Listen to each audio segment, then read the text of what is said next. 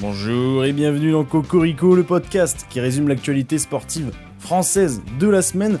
Dans cette émission, on va revenir sur la semaine qui vient de s'écouler, à savoir du 3 au 9 mars. Alors de quoi on va parler aujourd'hui? De la Ligue des Champions en football, de Indian Wells en tennis, de MMA avec l'UFC 313, du 15 de France contre l'Irlande, c'était beau, j'espère que vous avez regardé, du cyclisme qui reprend avec le Paris-Nice, et pour terminer, on va se découvrir le classement des 10 sportifs les mieux payés du monde, vous allez voir. Je sais pas si vous allez être surpris, mais préparez votre petite note et votre classement, on va voir ça. Alors on reprend l'actualité sportive tout de suite, c'est parti.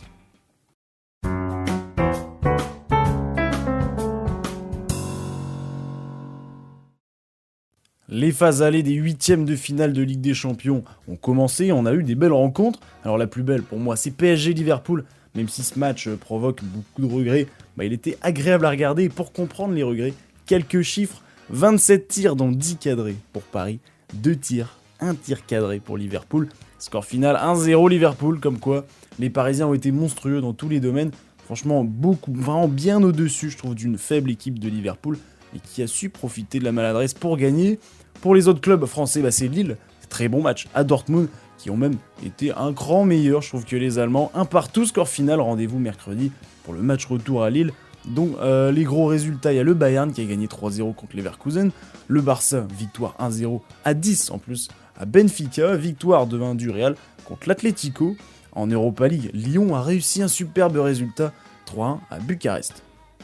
En Ligue 1 dans cette 25e journée, sous le symbole des droits des femmes, représenté sur le maillot de tous les joueurs avec l'écriteau Woman, donc c'est Wo égale Man. Donc Paris est bientôt champion, victoire 4-1 à Rennes avec un doublé de Dembélé. Marseille s'est fait surprendre par Lens qui marque à la 94e minute, victoire 1-0 de Lens. Nice a subi sa première défaite à domicile de l'année puisque Lyon s'est imposé 2-0 et Monaco a terminé sur un match nul 1 partout contre Toulouse. Lille aussi s'impose 1-0 contre Montpellier. Au classement, Paris à 65 points, 16 points devant Marseille 49, Nice à 46 points, Monaco 44 et le top 5 se termine par Lille qui a également 44 points. En Bundesliga, le meilleur match de ce week-end en football, le Bayern Munich contre Bochum. Le match commençait très logiquement avec un 2-0 pour le Bayern et Bochum va réduire le score. Puis, avant la mi-temps, carton rouge pour le Bayern. De retour des vestiaires, Bochum va égaliser par l'intermédiaire de Sissoko. Puis, à 20 minutes de la fin, 3-2 pour Bochum. Alors le Bayern ne va pas s'arrêter d'attaquer à 10. Le gardien de Bochum va faire des arrêts de fou. Victoire 3-2 de Bochum, c'est quand même exceptionnel. Le second du classement va lui aussi perdre 2-0 contre Brême. Francfort subit sa troisième défaite de suite 2-1 contre Berlin et Mayence l'emporte 3-1 à Mönchengladbach. Le Bayern a donc 61 points au classement, Leverkusen 53, Mayence passe 3ème avec 44 points et Francfort 42. En Angleterre, Liverpool continue de prendre de l'avance, victoire 3-1 à Southampton, Arsenal a fait un partout à United et Nottingham remporte un gros match 1-0 contre City. Chelsea, lui, l'emporte 1-0 contre Leicester. Au classement, Liverpool est devant avec 70 points, Arsenal 55, Nottingham 51, Chelsea passe devant City avec 49 points et City ont 47. En Espagne, mauvaise nouvelle concernant le club de Barcelone, puisque juste avant leur match contre Osasuna, le président a informé les joueurs que le médecin général de l'équipe a fait un arrêt cardiaque pendant sa sieste. L'homme est décédé à 40 ans, donc le match a été reporté. Très mauvaise aussi opération de l'Atlético qui a perdu 2-1 à Getafe. Succès du Real Madrid 2-1 contre Vallecano avec un but de Kylian Mbappé. Au classement, le Barça reste quand même premier avec 57 points malgré leur match de retard. Le Real 57 points également et l'Atlético 56. Pour terminer en Italie, les 3 premiers ont gagné. Victoire 3-2 de l'Inter à Monza. Succès de Naples 2-1 contre la Fiorentina. Et gros succès de l'Atalanta contre la Juve 4-0 à la Juve en plus. L'Inter a 61 points, Naples 60, Atalanta 58 et la Juve perd un peu des points, 52 points. Depuis un an maintenant, voire 2, je ne sais plus, les Master 1000 en tennis ne se jouent plus sur une semaine mais sur une semaine et demie, parce qu'il fausse pas mal les calendriers et généralement les tournois se jouent du lundi au dimanche tout simplement. Maintenant c'est du mercredi de la semaine d'avant jusqu'au dimanche d'après, voilà. Alors pour l'instant, à Indian Wells, quasi tous les 3e tours se sont joués chez les hommes et chez les femmes. L'un des favoris, l'Allemand Zverev, a perdu, donc Alexander, au premier tour contre Gainsbourg. Djokovic a perdu aussi au premier tour contre VDZ, donc Zandschulp. Seul Arthur Fils, pour les Français, a atteint le 3e tour en attendant le match de Gaël Monfils. Alcaraz et peut-être Tsitsipas sont les favoris de ce tournoi, avec Medvedev à suivre jusqu'à dimanche. Et du côté féminin, Swiatek et Sabalenka, les deux favorites sont imbattables. Encore une très bonne joueuse en course avec Rybakina, ou alors Zeng, ou encore Muchova aussi, je l'aime bien. Et côté française, seules 2 françaises y participaient. Kracheva a perdu au deuxième tour, et Caroline Garcia n'a rien pu faire contre Swiatek, 6-0, 6-2 elle a pris au deuxième tour. En NBA, on connaît les joueurs de la semaine, Zach LaVine, l'arrière de Sacramento Kings, et Jalen Brunson, le meneur des New York Knicks. Alors LaVine a tourné à 28 points de moyenne avec 63% au tir, c'est énorme, 5 rebonds, et Brunson 29 points de moyenne, 5 rebonds et 3 passes. Très mauvaise nouvelle pour Dallas qui continue d'allonger sa liste de 2 blessés, et cette fois-ci pas des moindres. C'est le meneur Kyrie Irving qui est mal retombé lors d'un lay-up, rupture des ligaments croisés, fin de saison pour lui. Les Dallas Mavericks, sur leur dernier match, ils ont joué à 8 sur le banc, donc là c'est une catastrophe.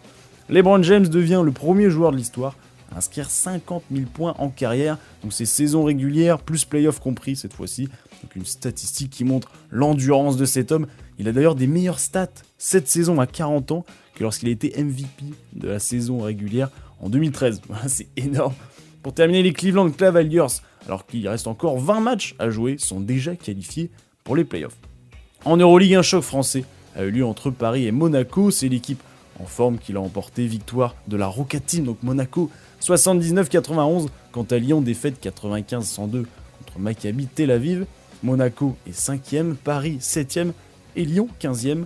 En Betclic Elite, Monaco et Paris se sont rejoués en championnat cette fois-ci. Une nouvelle victoire est très large de Monaco, 94-63, ça fait mal, 31 points d'écart. Cholet s'est imposé 67-93 à Dijon. Lyon a gagné à Nanterre 74-88.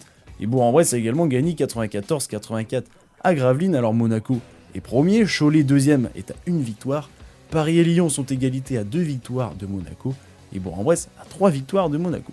Et à noter aussi qu'il y a les demi-finales de la Coupe de France de basket entre Paris-Bourg-en-Bresse et Monaco-Le Mans qui auront lieu samedi soir pour Paris-Bourg-en-Bresse et dimanche après-midi pour Monaco-Le Mans.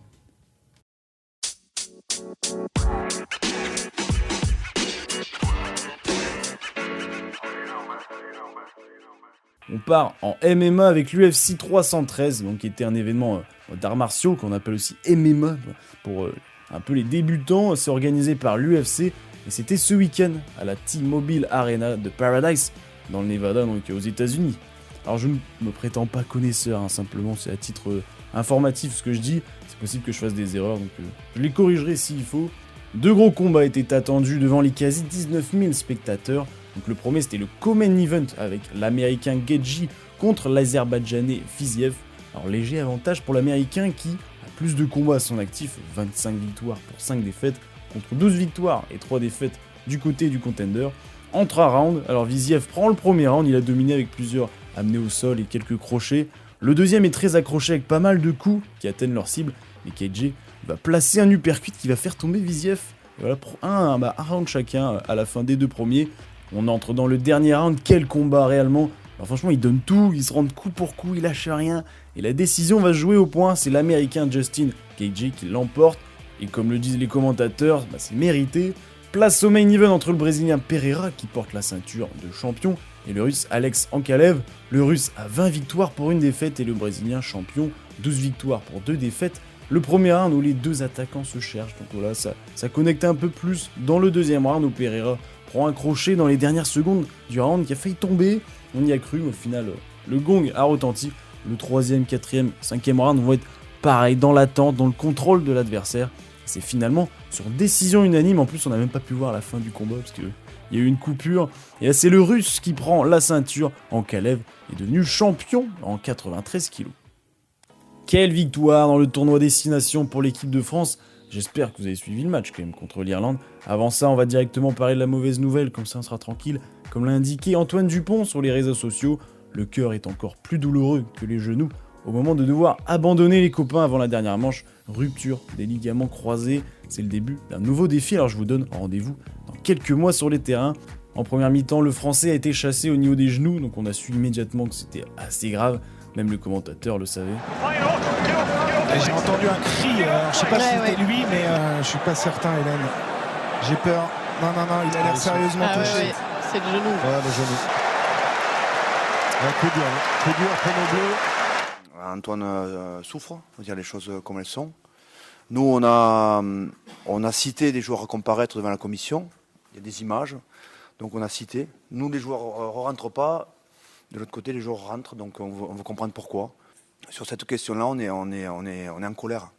Voilà. On a bien réagi. Voilà, l'équipe a bien réagi après le match de Londres. Très bien réagi. Alors bon rétablissement au capitaine. Pour le déroulé du match, la France a montré une défense de fer. En première mi-temps, les Irlandais, ils étaient cuits à la fin. 8-6 à la mi-temps pour le 15 de France. La deuxième mi-temps va être bien différente, très ouverte, avec 7 essais. Bon, même si les deux derniers, en vrai, ils sont un peu anecdotiques, puisque, vous allez voir, car la France va écraser l'Irlande, et on va les fracasser même. Avant la 77e minute, la 15 de France va mettre un 34-7 aux Irlandais, 4 essais inscrits d'affilée, dont un de Bielbiarré évidemment, et 2 Penaud, puis petit relâchement à la fin, donc à la 77e, puisque la France va concéder 2 essais transformés. Score final 27-42, bonus offensif pour la France très important. Les coéquipiers d'Antoine Dupont ont fait le boulot pour le rendre fier, on va dire. Les Anglais se sont imposés 47-24 contre l'Italie, et l'Écosse a dominé les Pays de Galles 35-29. Au classement, tout est encore jouable. Entre la France, l'Angleterre et l'Irlande, c'est très chaud. La France a 16 points, l'Angleterre 15 et l'Irlande 14.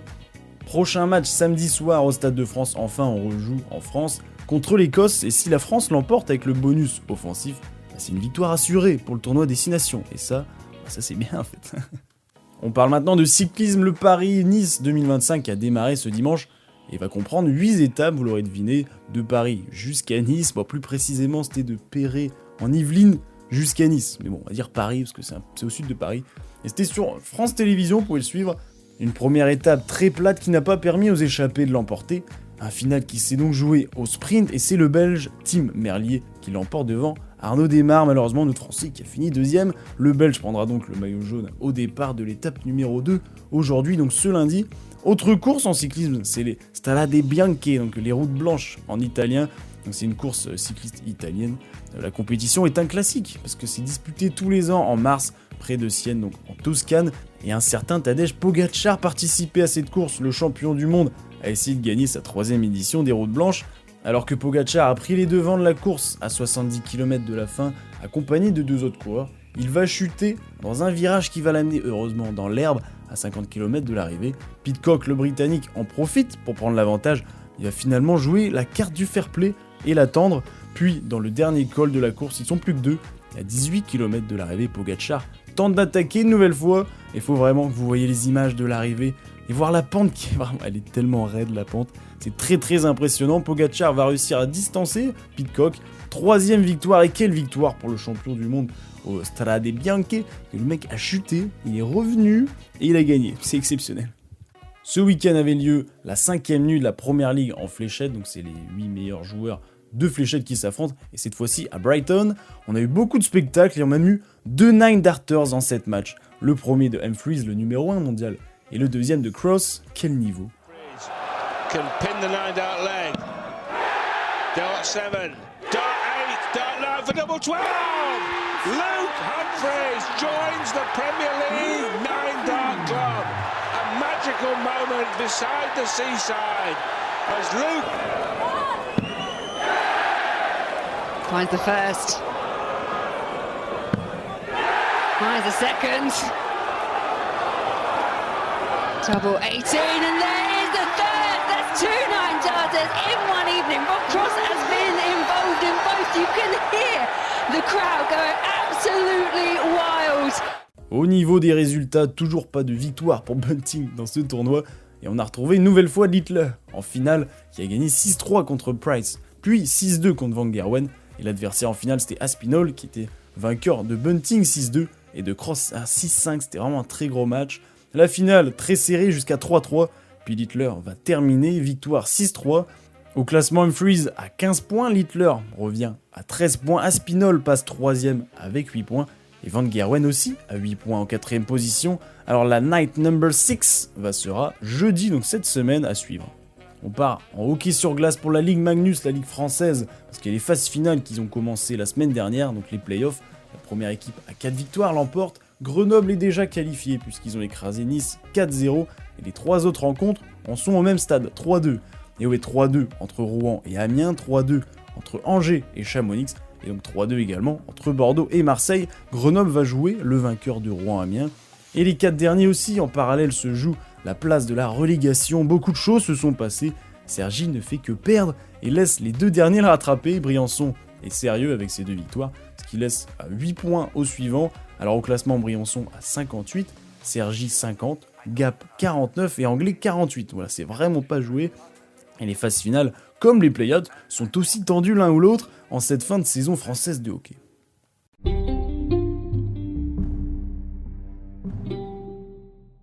En Ligue des Champions de handball, Paris est allé gagner à Pélistère en Macédoine 26-35 et Nantes a une nouvelle fois fait match nul, c'est quand même rare, 2 fois de suite en plus, cette fois-ci 29-29 contre Aalborg. Le PSG est 4ème du groupe A et Nantes 3ème du groupe B et ces rencontres ont marqué la fin de la saison régulière de Ligue des Champions et lancent officiellement les playoffs. Paris et Nantes n'étant ni premier ni deuxième de leur groupe, et ils doivent jouer 2 matchs de barrage. Donc ce sera Paris jouera contre Szeged et Nantes bloque, donc les rencontres vont débuter fin mars, donc il y aura aller-retour, c'est pour ça qu'il y a 2 matchs. En Star League, la Ligue française, énorme choc entre Nantes et Paris, on fait parler que d'eux. Premier contre deuxième, Nantes avait gagné le match aller, 34-31. Cette fois-ci, rencontre à sens unique, 34-28 pour les Parisiens. Et Montpellier qui continue de gagner 27-37 à Limoges. Nouveau leader puisque Paris passe premier avec 35 points, Nantes à 34 points, Montpellier 31 et Saint-Raphaël dans le top 4 avec 24 points. A noter aussi pour la première fois de la saison, Ivry qui enchaîne une 2e victoire de suite. C'est la 3e depuis le début de la saison, 32-30 contre Créteil. On termine les sports avec le volleyball et la Marmara Spike League. Pas de changement puisque les 4 premiers ont gagné. Chaumont a gagné 3-0 contre Plessis. Montpellier sort vainqueur à Poitiers 3-0 également. Victoire encore 3-0 de Tourcoing face à Toulouse et Tours qui gagne 3-2 contre Paris. Alors Chaumont et Montpellier sont premiers avec 48 points. Tourcoing 44, Tours 43 et Toulouse complète le top 5 avec 39. Et il y a aussi les demi-finales de Coupe de France qui ont eu lieu. Montpellier a écrasé le premier du championnat Chaumont 3-0 et Tourcoing sort vainqueur 3-2 de Toulouse. Double victoire de Tourcoing donc cette semaine contre Toulouse. Et la finale sera Montpellier-Tourcoing le 29 mars. On termine par la meilleure partie, les infos rapides. Et il y a du contenu à dire. Après Griezmann ou bien Gaël Monfils Décathlon a signé un contrat, un partenariat avec Alexandre Sarr, le 2e joueur de la draft NBA cette saison. La stratégie du géant français, tu vois, elle commence un peu à prendre forme. Les 2 frères Lebrun sont dans le top 10. En effet, Alexis a rejoint son petit frère puisqu'il prend la 10e place. Quant à Félix, il est 5e, c'est une première dans l'histoire du ping français. Le record de France féminin du marathon a été battu en cette semaine des droits des femmes. On aime voir les records tomber. Bon, j'avoue que le record, ça fait 2 semaines qu'il est tombé, on s'en fout.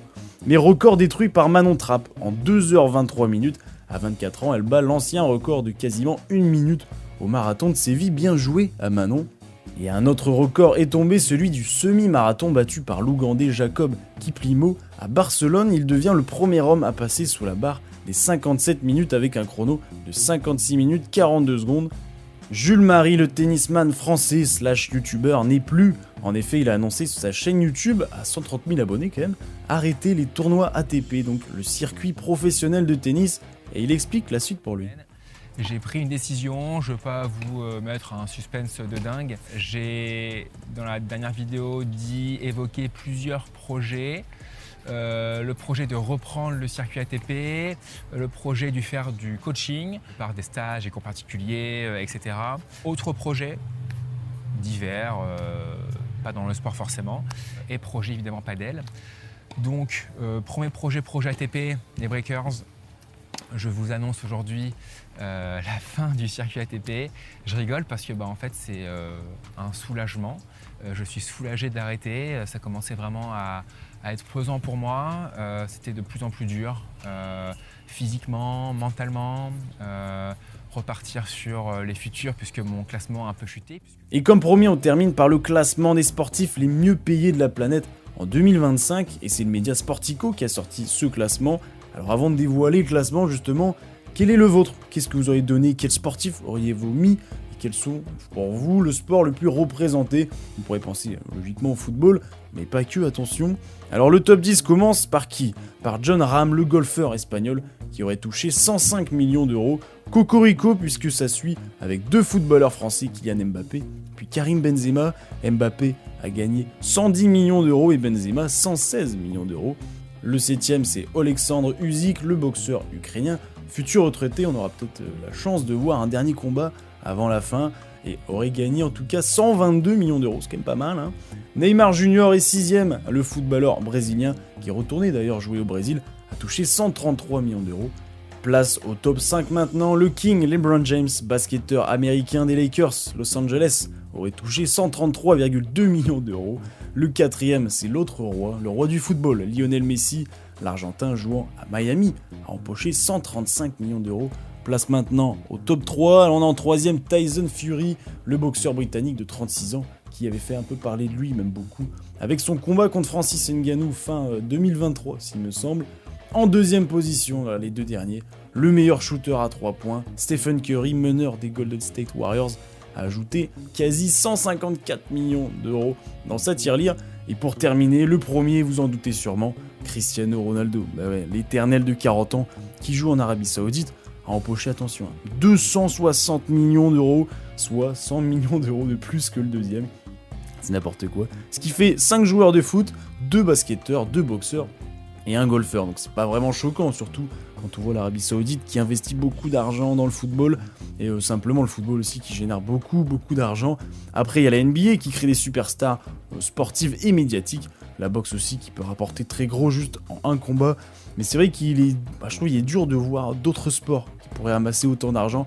Il y a peut-être le tennis, le baseball, j'ai pensé au football américain ou encore la Formule 1, qu'à voir. Alors on se retrouve l'année prochaine pour connaître et comparer les classements.